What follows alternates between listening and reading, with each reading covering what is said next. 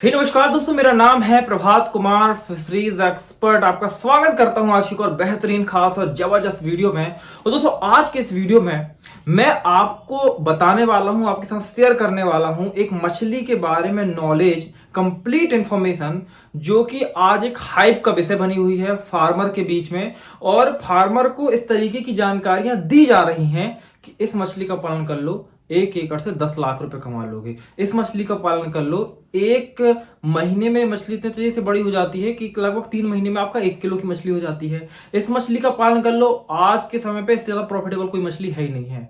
मैं बात करने वाला हूं ब्लैक कार्प मछली के बारे में। आज मैं सारे इसके सत्य और भ्रम दोनों के बारे में बातें करूंगा कि क्या ये मछली वाकई में इतनी प्रॉफिटेबल है, क्या मछली वाकई में इतनी तेजी से बड़ी हो जाती है, यदि होती है तो हाँ, नहीं होती है तो क्यों नहीं, या इसका पालन करना तो किस तरीके से किया जाएगा, इसको और किस नाम से जाना जाता है। इस मछली के बारे में संपूर्ण जानकारी जो आपको जानना जरूरी है, आज मैं इसके बारे में पूरी तरीके से बात करने वाला हूं। सबसे पहले बात करता हूं दोस्तों मैं ब्लैक कार्प मछली के बारे में कि मछली होती क्या है, इसका नाम ब्लैक कार्प क्यों रखा गया, इसके अन्य नाम कौन कौन से हैं। देखिए, ये नॉर्मल कार्प मछली है। इसके पहले मैंने बहुत सारी वीडियो में बताया है कि मछलियां दो तरह की, बेसिकली अगर आप देखें तो एक कैटफिश होती है, दूसरी कार्प मछलियां होती हैं। कार्प मछलियों में जैसे rohu, catla, mrigal, grass carp, common carp, silver carp, और इसी कैटेगरी में ये मछली है जिसका नाम है ब्लैक कार्प। अब यदि मैं इसके सिचुएशन की बात करूं कि एक्चुअली मछली एग्जिस्ट कहां कर रही है, तो जिस तरीके से ग्रास कार्प मछली है, ग्रास कार्प मछली है, या जो आपकी कॉमन कार्प मछली है, समझ लीजिए कि ये बहुत सिमिलर मछली है ग्रास कार्प की। तो जिस तरीके से ग्रास कार्प उस तरीके से ब्लैक कार्प है। इसका नाम ब्लैक कार्प इसलिए है क्योंकि इसका जो रंग है वो ब्लैकिश होता है, पूरा ब्लैक नहीं होता है, ब्लैकिश होता है। इसके अलावा इसके और भी नाम है, जैसे इसका एक और नाम है स्नेल कार्प। स्नेल कार्प क्यों होते, क्योंकि ये स्नेल खाती है। इसके अलावा दोस्तों, यहां पे यदि अमेरिका चले जाएं, हम यूनाइटेड स्टेट चले जाएं, तो वहां पे से एशियन कार्प के नाम से भी जाना जाता है। वहीं चाइना में इस मछली को चाइनीज रोज फिश के नाम से भी जाना जाता है। तो इसके कुछ डिफरेंट नाम थे। अगर आप इनमें से किसी भी नाम से इस मछली को जानते हैं, मैंने सारे नाम इसलिए बताए ताकि आप आइडेंटिफाई कर पाए कि हाँ, मैं उसी स्पेसिफिक मछली के बारे में बात कर रहा हूं जिसके बारे में आपको थोड़ा बहुत जानकारी है या पूर्ण जानकारी है। अब सबसे पहले हम बात करते हैं कि मछली है कहां की मछली, ये मछली क्या खाती है, किस तरीके से रहती है, इसके हैबिट और हैबिटेट नेचर के बारे में आपको समझाता हूं। देखिए, ओरिजिन की बात करें तो हर एक मछली का एक नेटिव, यानी कि एक कह सकते हैं कि जननी भूमि होती है। जैसे वी आर इंडियन, तो हमारी जन्मभूमि भारत है। हम हो सकता है कि अलग अलग देश में जाके बस जाएं। उसी तरीके से जो ये ब्लैक कार्प मछली है, इसका जो ओरिजिन है वो चाइना और वियतनाम से, वो उसका ओरिजिन मैनलैंड है उसका। इसके अलावा आज के समय में अगर हम बात करें तो ये मछली इंडिया से लेके अमेरिका तक लगभग हर देश में पहुंच चुकी है। इसके पीछे के कारण है वो भी मैं आगे आपको बताऊंगा। अभी मैं इसके बारे में एक इंटरेस्टिंग स्टोरी भी आपको बता सकता हूं कि इसको ब्लैक जो ग्रास कार्प है उसका बहुत नजदीकी में इसलिए बोल रहा हूं क्योंकि एक कहानी है कि जिस तरीके से चाइना और इंडिया में जो फिश का प्रोडक्शन है बहुत ज्यादा है, तो यहां से एशिया से अमेरिका में सीड जो है, जिस तरीके से यदि आप जानते हैं तो बंगाल जो अपना कोलकाता, वहां पे बहुत ज्यादा सीड प्रोडक्शन होता है, तो लगभग देश के हर कोने में कोलकाता से सीड जाता है।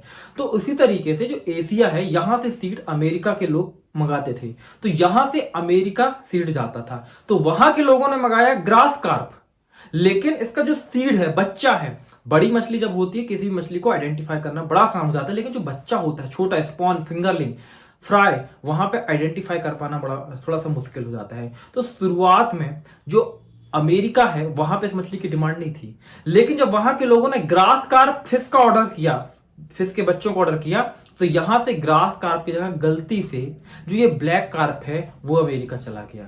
और शुरू में तो इस मछली को वहां पे बहुत एक्सेप्टेंस नहीं मिली, लेकिन बाद में वाइडली एक्सेप्ट हो गया। वो क्यों मैं बताता हूं।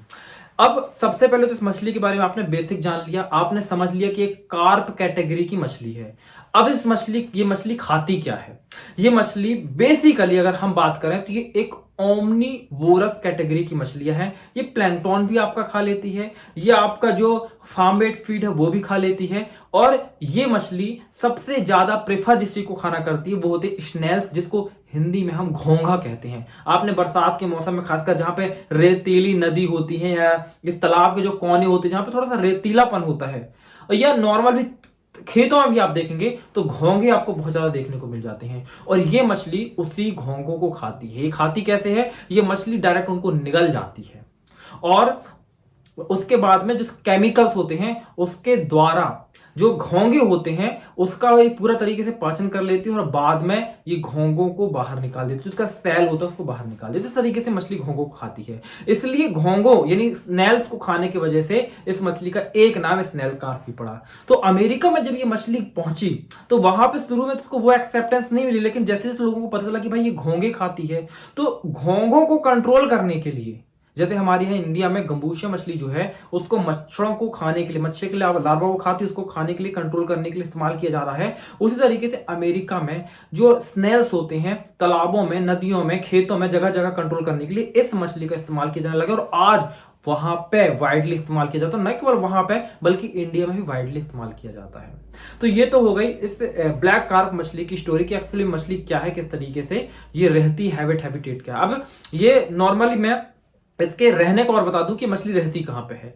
जैसे नॉर्मली मैंने बताया कि 3 तरह की जैसे मछलियां, जैसे आपका कतला हो गया, रोहू हो गया, मृगल हो गया। तो जो मृगल मछली है वो एकदम बॉटम पे रहती है, तली पे रहती है ना, जैसे पानी के 3 लेयर होते हैं। तो ये मछली है जो तली में एकदम बॉटम पे, जहां पे आपकी कौन सी मृगल देखने को मिली, लगभग तालाब के उसी तल में ये मछली रहती है, एकदम बॉटम पे रहती है। और वहीं पे इसके अलावा ऐसा नहीं कि केवल घोंगा बस खाती है, घोंगे के अलावा भी कुछ चीजें खाती है, जैसे स्नेल्स तो मैंने बता दिया, जो मसल्स होती है, कुछ जो कीड़े मकोड़े नीचे होती है वहां पे भी खाती है, लेकिन इसका जो सबसे प्रेफर्ड फूड होता है वो स्नेल यानी घोंगा ही होता है। अब यहां पे मैं बात करता हूं इसके बारे में कि क्या इस मछली का पालन किया जाना चाहिए। और जैसे कि बताया गया है बहुत सारी जगहों में फार्मर पूछते हैं कि भाई ये मछली इतनी ज्यादा क्या प्रॉफिटेबल है कि ये मछली 2-3 महीने में 1-1 किलो की हो जाती है। हाँ, ये मछली बढ़ती बहुत तेजी से, इस मछली की ग्रोथ बहुत तेजी से होती है। ये मछली अगर अमूमन बात करें एक एवरेज, तो साल भर में 3 किलो प्लस की हो जाती है। जहां पे आपकी नॉर्मल मछलियां 1 किलो तक पहुंच पाती हैं, ये मछली 3 किलो प्लस की हो जाती है। तो भाई तो बहुत अच्छी बात है, यदि 3 किलो प्लस की होती तो आपको इसी का पालन करना चाहिए। नहीं, ऐसा नहीं है। पालन की दृष्टि से ये तो फीचर्स हो गए मछलियों के, लेकिन ऐसे फीचर्स वाली बहुत सी मछलियां हैं। अगर मैं प्रजाति की बात करूं, मैराइन, ब्रैकिश वाटर और फ्रेश वाटर, तीनों कैटेगरी, कोल्ड वाटर भी ले लीजिए, तो इन सारे तरह के पानी में जो रहने वाली मछलियां हैं उनकी प्रजाति की बात करूं तो लगभग 30,000 तरह की मछलियों की प्रजाति एग्जिस्ट करती है अभी तक जो खोजी गई हैं इस धरती के अंदर। लेकिन पालन कितनी का किया जाता है? कुछ लिमिटेड 100-200 प्रकार की मछलियां ही हैं जिनका पालन किया जाता है 30,000 में से। तो फीचर्स वाली मछलियां तो बहुत सारी हैं इस वर्ल्ड में, लेकिन पालन की दृष्टि से कौन सी महत्वपूर्ण? क्योंकि जब मैं बोलता हूं कि पालन, तो इसका मतलब नहीं कि मछली को पाल के बड़ा करना है, कितना पैसा लगाया और कितना मुनाफा कमाया। ध्यान से सुन लीजिए, कितना पैसा लगाया और कितना मुनाफा कमाया, ये कैलकुलेशन अगर आपको आ रहा है तो भी आप मछली पालन के बिजनेस में सफल हैं, वरना तो आप बस पालन करिए शौकिया तौर पे। तो शौकिया तौर पे मछली को बड़ा करना तो ब्लैक कार्प पाल के बड़ा करते रहो, लेकिन अगर पालन और प्रॉफिट की दृष्टि से करना है तो ब्लैक कार्प मछली का पालन आज की डेट पे, हो सकता है आगे थोड़ा टेक्नोलॉजी चेंज हो तो प्रॉफिटेबल, लेकिन आज के टाइम पे ये प्रॉफिटेबल नहीं है।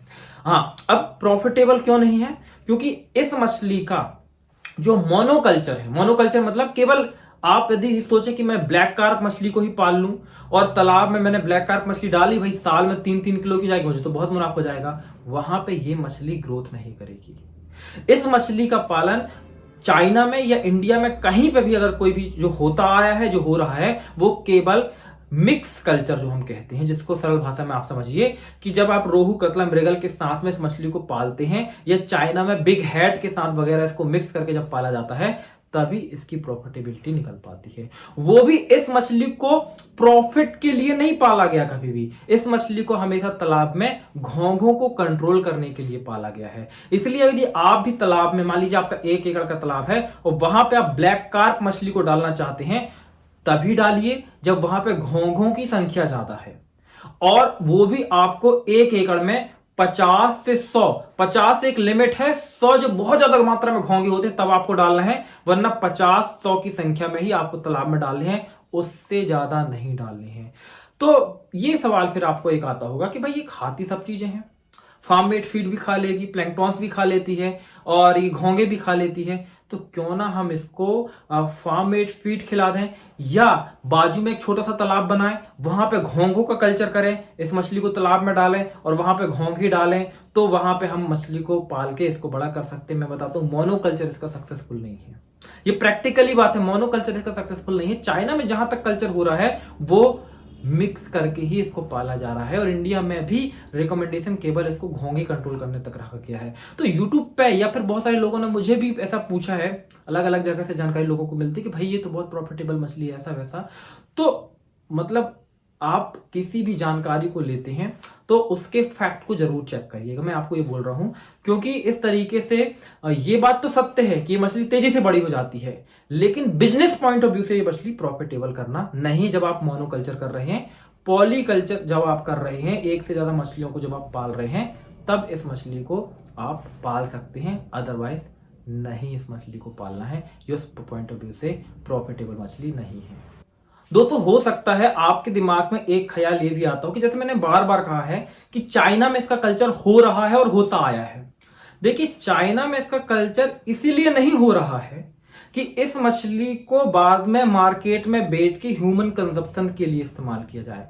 वहां पे इसका कल्चर इसलिए हो रहा है क्योंकि चाइना के अंदर, हो सकता है आपके दिमाग में ये पॉइंट की बात आती हो कि भाई चाइना में हो रहा तो हमारे यहाँ क्यों नहीं हो सकता, क्योंकि चाइना में जो चाइनीज की परंपरागत चिकित्सा पद्धतियां हैं उसमें ब्लैक कार्प मछली को ऐसा मेडिसिन, ऐसा दवाई के तौर पर इस्तेमाल किया जाता है। तो जब लोग बहुत सारी मछलियों को एक साथ पालते हैं तो वहां पे कुछ मात्रा में ब्लैक कार्प मछली को भी साथ में पाल लेते हैं। उन मछलियों का पालन आसानी से होता है क्योंकि उनके लिए पर्याप्त मात्रा में घोंघे तालाब में मिल जाते हैं, और बाद में वो मछलियां चिकित्सा पर्पज से, मेडिसिन पर्पज से सेल करते हैं। तो नॉर्मल मार्केट में इसकी उतनी डिमांड नहीं है। और दूसरी बात, आप कहीं से कोई जानकारी प्राप्त करिए, एक चीज जरूर आपको आइडेंटिफाई, ये कह सकते हैं कि क्रॉस चेक करनी है, कि कोई आपको बोल रहा है कि ये मछली पाल लो, इसमें करोड़ों का प्रॉफिट है, ये मछली पाल लो लाखों की बिकती है, ये मछली पाल लो 1000 रुपए किलो बिकती है। 1000 रुपए किलो बिकती होगी, हो सकता है चाइना में, हो सकता है अमेरिका में। आप अमेरिका नहीं जाएंगे बेचने के लिए, आपको आपकी लोकल मार्केट में जो सबसे ज्यादा सुटेबल है आपको बेचना, वहां पे ही मछली जाके आप बेचने वाले हैं। वहां पे कौन सी मछली की डिमांड है, वहां पे कौन सी, क्या आप जिस ब्लैक कार्प की बात कर रहे हैं वहां पे लोग जानते भी हैं ब्लैक कार्प के बारे में, वहां पे कोई डिमांड भी है, क्योंकि मार्केट चलता है डिमांड एंड सप्लाई से। किसी और देश में डिमांड है और आप यहां पे सप्लाई पैदा कर रहे हो, तो वहां तक भेजने का खर्च कहां चला जाएगा, आप लॉस में चले जाएंगे। आप जिस मार्केट में बेचने वाले हो चीजों को, उस मार्केट में उस चीज की डिमांड है या नहीं। अगर डिमांड है तो उसका प्रोडक्शन करिए, उसकी सप्लाई पैदा करिए। अगर उसका डिमांड नहीं है तो केवल हवाई बातों में किसी चीज को शुरू करना अच्छा नहीं है, बिजनेस ओरिएंटेड माइंडसेट नहीं है। तो उम्मीद दोस्तों कि आपको बात समझ में आ गई होगी कि मैंने जो ब्लैक कार्प के बारे में, इसके कल्चर के बारे में समझाया, वो आपको सब क्लियर हो गया होगा। इस तरह की और जानकारियों के लिए आप इस चैनल को सब्सक्राइब कर सकते हैं। साथ ही मैं आपको बता दूं कि यदि आप मछली पालन में सफल होना चाहते हैं, साइंटिफिक वे में, बिजनेस ओरिएंटेड माइंडसेट के साथ में, complete information plus support system के साथ में मछली पालन करना चाहते हैं, तो आप हमारे 0 to 1 कंप्लीट फिश फार्मिंग के ऑनलाइन ट्रेनिंग कोर्स को ज्वाइन कर सकते हैं। ये कोर्स आपको मछली पालन के बारे में संपूर्ण ज्ञान देगा, प्लस आपको एक सपोर्ट सिस्टम भी प्रोवाइड कराता है कि कल के लिए आपको मछली पालन में कोई प्रॉब्लम आए, आप किससे पूछेंगे, हमारे से आप पूछ सकते हैं, हम उसका प्रॉपर रिप्लाई देंगे, प्रॉपर आपको जानकारी देंगे। तो एक complete training, complete knowledge plus support system. इस कोर्स को ज्वाइन करने के लिए, इस कोर्स के बारे में डिटेल से जानने के लिए, नीचे डिस्क्रिप्शन पे वीडियो के आपको एक लिंक मिलेगी, जहां पे क्लिक करके आप एक पेज पे पहुंचेंगे, जहां पे इस कोर्स के बारे में आप और विस्तार से जान पाएंगे, प्लस वहां से आप इस कोर्स को ज्वाइन भी कर सकते हैं। यदि आपको कोई प्रॉब्लम आती है तो आप हमारे सेल्स एग्जीक्यूटिव से हमारे व्हाट्सएप नंबर 8815756881 पर संपर्क कर सकते हैं, जहां पे वो आपको बताएंगे कि आप इस कोर्स को कैसे ज्वाइन कर सकते हो, ये कोर्स आपके लिए कैसे हेल्पफुल होने वाला है। मिलता हूं दोस्तों आगे ऐसे किसी वीडियो में, ऐसी किसी इंफॉर्मेशन के साथ। तब तक के लिए दोस्तों जय हिंद, जय भारत, वंदे मातरम।